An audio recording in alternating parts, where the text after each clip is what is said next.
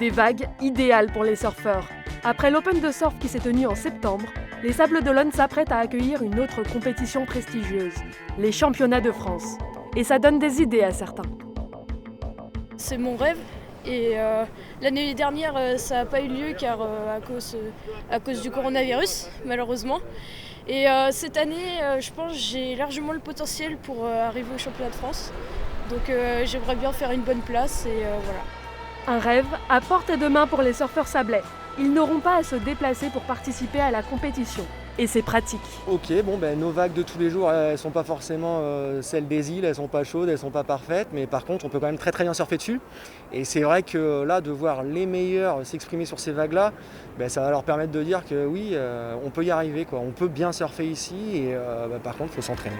Parfois oubliés entre la Bretagne et la Nouvelle-Aquitaine, les spots vendéens attirent de plus en plus de surfeurs. En octobre, 500 compétiteurs s'affronteront devant plusieurs milliers de spectateurs.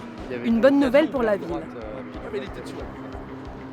C'est aussi la fête du nautisme, la fête du surf et l'occasion pour les acteurs économiques locaux, tout ce qui va être hôtellerie, restauration, centre de vacances, de continuer un peu la saison puisque les championnats de France, c'est 23 octobre au 1er novembre.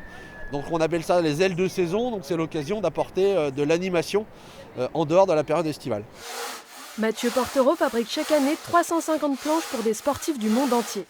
Les championnats de France seront pour lui l'occasion de rencontrer les talents qui l'équipent.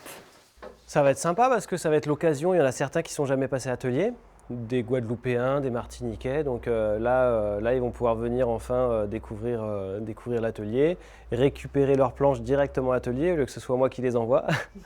Donc non, ça va être cool, je suis impatient. Ouais. En attendant octobre et l'arrivée de centaines de surfeurs sur la plage, les Vendéens peuvent encore un peu profiter de leurs spots, rien que pour eux.